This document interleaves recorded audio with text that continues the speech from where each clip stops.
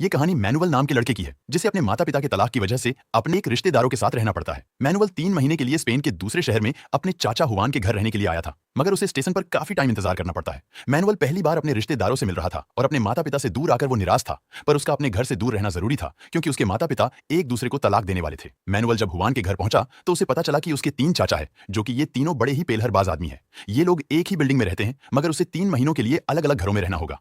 पहले manual Hwan के घर में रहने वाला है। अगले ही दिन अपने दुकान में ले गया जहां सिर्फ लवंडियां ही काम करती है और वो अपने चाचा को औरतों के साथ फ्लर्ट करते हुए देखता है। मैनुअल उसे काम सिख रहा था, पर तभी वहां उसकी बेटी फुनासांटा आ जाती है, जिसे देखते ही मैनुअल उसे पसंद करने लगता है। मैनुअल हुआन और फुनासांटा के साथ वक्त बिताकर बहुत खुश था और एक दिन हुआन उन दोनों को शहर से दूर घुमाने लेके जाता है, जहां शांति के माहौल में हुआन उन दोनों को पेंटिंग सिखाने लगा। हुआन ने मैनुअल को कुदरत की खूबसूरती के बारे में बताता है और उस खूबसूरती को तस्वीर में उतारने की कोशिश करने लगे। कुछ देर बाद वहां एक आदमी आया जिसे देखकर मैनुअल और फुनासांटा डरने लगते हैं। वो अजीब सा आदमी अपने आप को भगवान कहता है और हुआन के कहने पर मैनुअल ने उसे खाने के लिए उसे एक सेब देता है। फिर भी उसकी अजीब सी बातें खत्म नहीं हुई और वो फिर से कहने लगा कि मैं गायब होकर दिखा सकता हूँ। ऐसे ही अजीबो गरीब हरकतें करके चला गया और फिर हमें अगले सीन में दिखाया जाता है फुनासांटा अपनी मां से डांस सीख रही थी और वही मैनुअल को हुआन कला के बारे में समझा रहा था। हुआन की वजह से मैनुअल कलाकारी के बारे में और कला की खूबसूरती के बारे में समझना शुरू कर दिया था, पर इस बीच उसका ध्यान फुनासांटा की पूसी पर ज्यादा ध्यान था। मैनुअल धीरे धीरे फनसांटा को और ज्यादा पसंद करने लगता है और ये बात फनासांटा भी समझने लगी थी क्योंकि वो भी मैनुअल को भी पसंद करने लगी थी। इसीलिए वो दोनों हर समय एक दूसरे के साथ रहते थे। इसी बीच फुनासांटा को लगता है कि मैनुअल खुश नहीं है,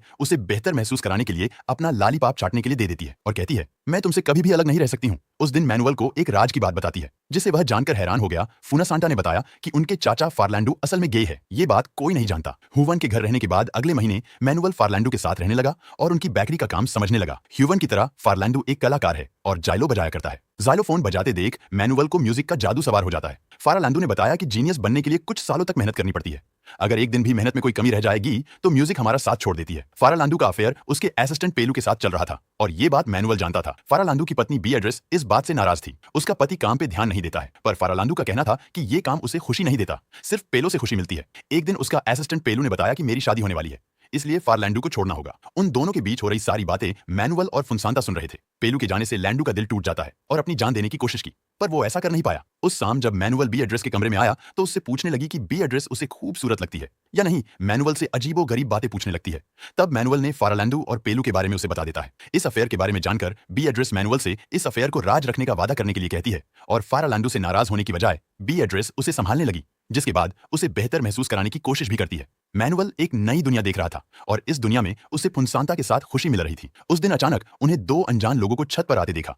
तब फुनसांटा ने बताया कि वो अमेलियो की बेटी लोली और उसका बॉयफ्रेंड है जो गाजा लेकर वहां से भागा है। फुनसांटा को तब कुछ नजर आया और वो कहने लगी कि मेरे घर में कुछ गलत हो रहा है। घर की ओर जाने पर उन्हें पता चला कि फारालांडू की मौत हो गई है। हर कोई परेशान था, मगर उन सबसे ज्यादा परेशान बीएड्रेस थी।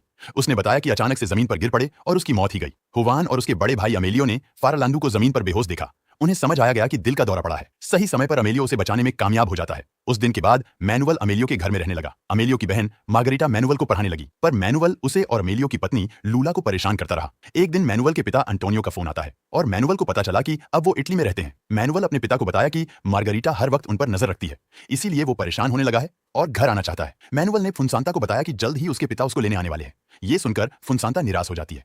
मैनुअल और फुनसांटा एक दूसरे से शादी करना चाहते हैं, पर वो जानते हैं कि 2 कजन्स एक दूसरे से शादी नहीं कर सकते हैं। अमेलियो के घर में एक कमरा था जहां जाने की किसी को इजाजत नहीं था, मगर मैनुअल उस कमरे में चला गया और उसे पता चला कि ये कमरा असल में अमेलियो का क्लिनिक है। अमेलियो उसे क्लिनिक में देखकर खुश हुआ और अपने दूसरे भाइयों की तरह वो भी मैनुअल को अपने काम के बारे में बताने लगा। अमेलियो एक आंखों का डॉक्टर था जो मैनुअल को आंखों में छुपी खूबसूरती को दिखाने लगा। कुछ समय बाद मार्गरीटा उन पर नजर रखने लगी और उन बच्चों पर चिल्लाने लगी क्योंकि उसने उन दोनों को उस कमरे में आने से रोका था और अमेलियो से कहने लगी कि उनके पिता यानी कि मैनुअल के दादा अंटोनियो से बात करने की जिद कर रहे हैं क्योंकि वो मैनुअल को ही अंटोनियो समझते हैं। मार्गरीटा का कहना था मैं उन्हें और नहीं संभाल सकती क्योंकि वो दिन भर मरने की बातें करते रहते हैं। अमेलियो जानता था कि उनके पिता मैनुअल से बात करके अच्छा महसूस करेंगे, इसीलिए उसने मैनुअल को अपने पिता के पास भेज देता है। मैनुअल के दादा कहने लगे कि दुनिया खत्म होने वाली है और इसीलिए दुनिया खत्म होने से पहले दुनिया देख लेनी चाहिए। फुनसांटा के अलावा किसी को भी मैनुअल के दादा की बातें समझ नहीं आती थी और फिर ये कहने लगे घर में कई सारे राज है और वो सारे राज परिवार को शर्मिंदा करती है और वो अपन खुद का राज बताने वाले थे, पर इन्होंने बताते हुए अपनी बात बताना भूल जाते हैं। जब उन्हें अपनी बात याद आती है तो उन्होंने बताया कि मैं वर्ल्ड वॉर का हिस्सा रह चुका हूँ। उस दौरान एक आदमी को बहुत बुरी तरह मारा था और उसे मारकर इसी घर के भीतर गाड़ दिया था। वो ये राज बताने के बाद ये कहने लगे कि उन्हें एक ऐसी जगह जाना है जहां वो सुकून की सांसें ले पाए। यही कहकर वो सो गए। कुछ देर बाद मैनुअल लॉडी आज समय बिताने लगा और वो ये सोचने लगा कि लोली खूबसूरत दिखने के लिए अपने चेहरे को पेंट क्यों कर रही है। जब मैनुअल उसे उसके बॉयफ्रेंड और गाजा के बारे में पूछा तो नाराज हो गई। अपने बॉयफ्रेंड और गाजा की बात राज रखने के लिए समझाकर वहां से चली जाती।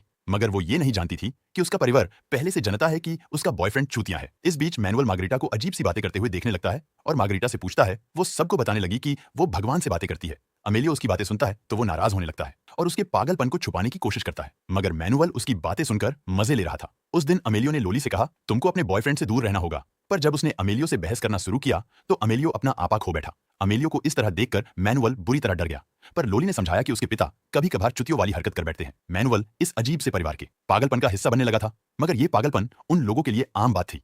वो सब ऐसे बर्ताव करने लगे थे जैसे वहां कुछ हुआ ही नहीं है। और अचानक अमेलियो के पिता उन्हें अकेलेपन के बारे में कविता सुनाने लगे। वो कविता उन्होंने मैनुअल के पिता अंटोनियो के लिए लिखी थी और कविता अमेलियो को अपने सामने देखकर उन्होंने बताया कि वो यहाँ उसके आने का इंतजार कर रहे थे। अल्जाइमर रोग की वजह से वो सब कुछ भूलने लगे और वो अपने घर का रास्ता भटक गए, इसलिए उस पार्क में आकर बैठ गए। फुनसांता ने कहा वो जानती थी कि उसके दादा पेड़ पक्षियों से प्यार करते हैं, इसीलिए वो समझ गई थी कि वो इसी जगह उन्हें मिल जाएंगे। उस वक्त मैनुअल के दादा ने कहा वो समुंदर देखना चाहते हैं क्योंकि वो सुकून की सांस वही ले पाएंगे और मौत की बातें फिर से करने लगे। मगर अमेलियो ने कहा जब तक मैं जिंदा हूं मैं अपने पिता को मारने नहीं दूंगा। अमेलियो ने वादा किया उन्हें समुद्र के पास ले जाएगा और ये सुनकर वो बहुत खुश हुए। घर जाते हुए अमेलियो के पिता एक और कहानी सुनाने लगे और ये कहानी सुनते सुनते ये सब लोग घर पहुंच गए और उस दोपहर उनकी समुद्र देखने की ख्वाहिश पूरी हुई और मैनुअल अपने पूरे परिवार के साथ बीच पर गया और पहली बार परिवार वाले बहुत खुश थे और उन सबको देखकर फुनसांता के दादा को सुकून मिल गया। सालों की सुकून की सांसें लेने की ख्वाहिश पूरी हुई और आखिरी ख्वाहिश पूरी होते ही उसी बीच पर मैनुअल के दादा की मौत हो गई। उस पूरे परिवार की तरह मैनुअल भी दादा की मौत की वजह से दुखी था। पर उस वक्त अंतिम संस्कार पर मैनुअल के माता पिता भी आ गए थे और तब मैनुअल को एहसास हुआ उसके माता पिता के अनेक बाद उसका और फुनसांता का रिश्ता हमेशा के लिए खत्म होने वाला है। वो आखिरी दिन था जब उन दोनों ने एक दूसरे को देखा, क्योंकि अंतिम संस्कार के बाद मैनुअल अपने माता पिता के साथ अपने घर लौट गया और मूवी यहीं पर समाप्त हो जाती है।